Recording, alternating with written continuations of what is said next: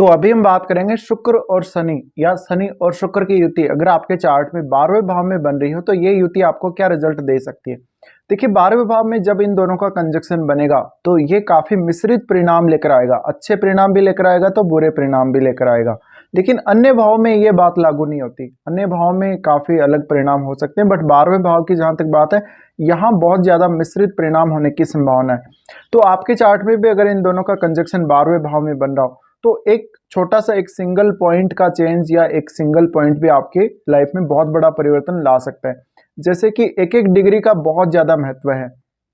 साथ ही इनमें से कोई ग्रह अगर वक्री हो गए तो उसका बहुत गहरा इंपैक्ट आपकी लाइफ पर पड़ेगा।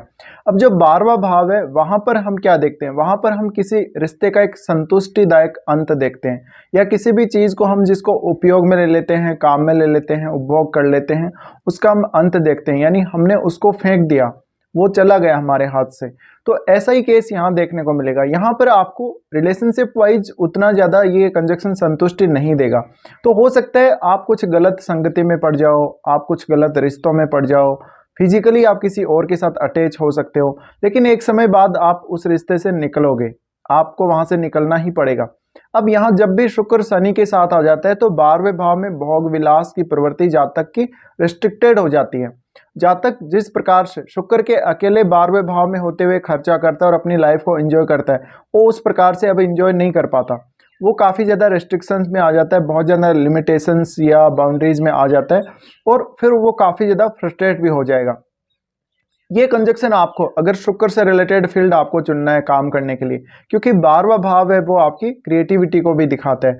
आप किसी स्टूडियो में काम कर रहे हो, आप कोई एडिटिंग कर रहे हो, या कुछ भी आप स्क्रिप्ट राइटिंग कर रहे हो, या आप फिल्म मेकिंग कर रहे हो, कुछ भी कर रहे हो आप, लेकिन वहां पर आपकी जो क्रिएटिविटी वो कितना इस्तेमाल हो रही है उस काम में, और आपका जो काम है वो बाद में पूर्ण होने के बाद कैसा लगता है, लोग उसको कैसे पसंद करते हैं, ये सब में जो आपको पहचान मिलने वाली वो काफी लेट मिलने वाली है। लेकिन अगर शनि वक्री स्थिति में है तो आप जल्दी पहचान बना लेंगे।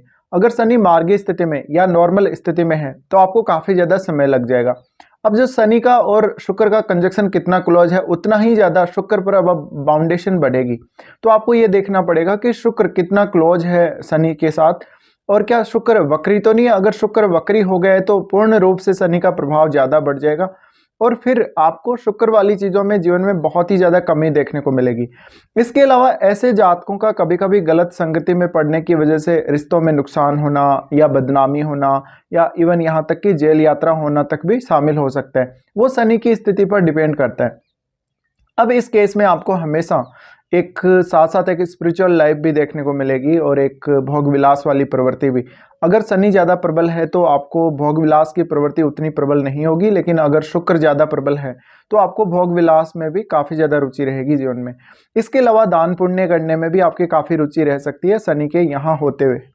साथ ही साथ ये स्थिति में जातक हमेशा ही अपने जो इंडिविजुअल जो खर्चे हैं उसके रिलेशंस के लिए जो खर्चे हैं, विभिन्न प्रकार के आपके सामाजिक संबंधों के लिए जो आपको खर्चा करना पड़ रहा है, उन पे ज़्यादा फोकस करेगा। जातक को यहाँ किसी भी प्रकार के बचत और निवेश से संबंधित डिसीजन लेते समय या अपनी अर्निंग को सेविंग करते समय, कोई भी डिसीजन लेते समय काफ़ी सावधान रहना चाहिए।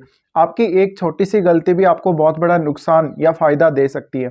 तो यहाँ पे काफ़ी अवेयर रहना है आपको पैसे को खर्च करने को लेके स्पेशली। और आपको इस समय जब ये कंजक्शन बन रहा है 12वें भाव में, तो इनका अगर महादशा या अंतरदशा आती है, आपको विदेश से बहुत ज़्यादा पैसा आने के चांसेस भी बनाएगा। इवन आपको विदेश में जाने, विदेश में सेटल होने के भी चांसेस बनाएगा।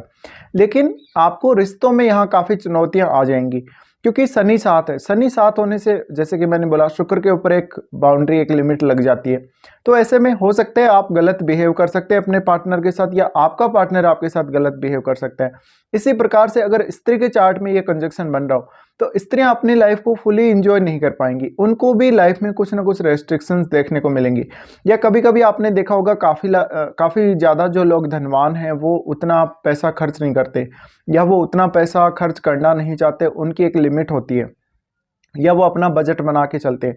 तो यही आपके केस में भी देखने को मिलेगा आपको, कि आपको लग रहा है कि आप एकदम से लाइफ को एंजॉय कर रहे हो, लेकिन आप बहुत ही डाउन टू अर्थ नजर आओगे और आपकी जो रिक्वायरमेंट्स हैं या जो आपकी इच्छाएं हैं धन को लेके, लग्जरी को लेके, वो एक सीमा में बंधी हो सकती है, एक लिमिट में हो सकती है।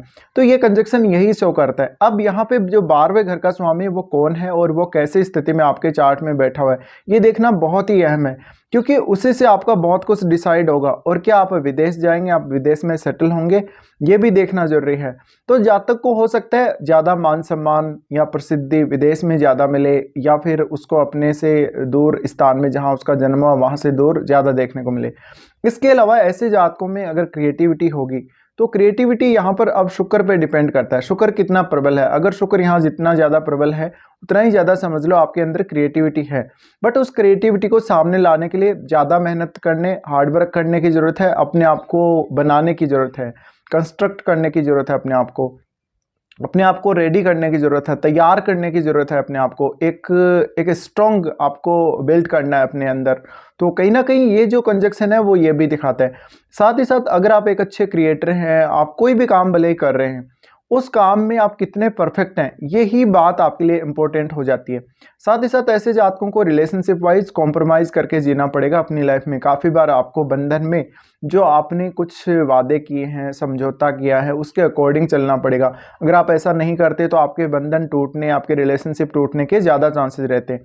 साथ ही साथ अब अगर ये कंजक्शन आपका राहु या केतु जैसे ग्रह से प्रभावित हो जाएगा, तो आपको रिश्तों में और भी ज़्यादा चुनौतियों का सामना करना पड़ेगा। इवन आपको बहुत ज़्यादा खर्चों का भी सामना करना पड़ेगा जीवन में कभी कभी, या अनएक्सपेक्टेड आपके जो लॉसेज हैं या खर्चे हैं उनके होने की संभावना है।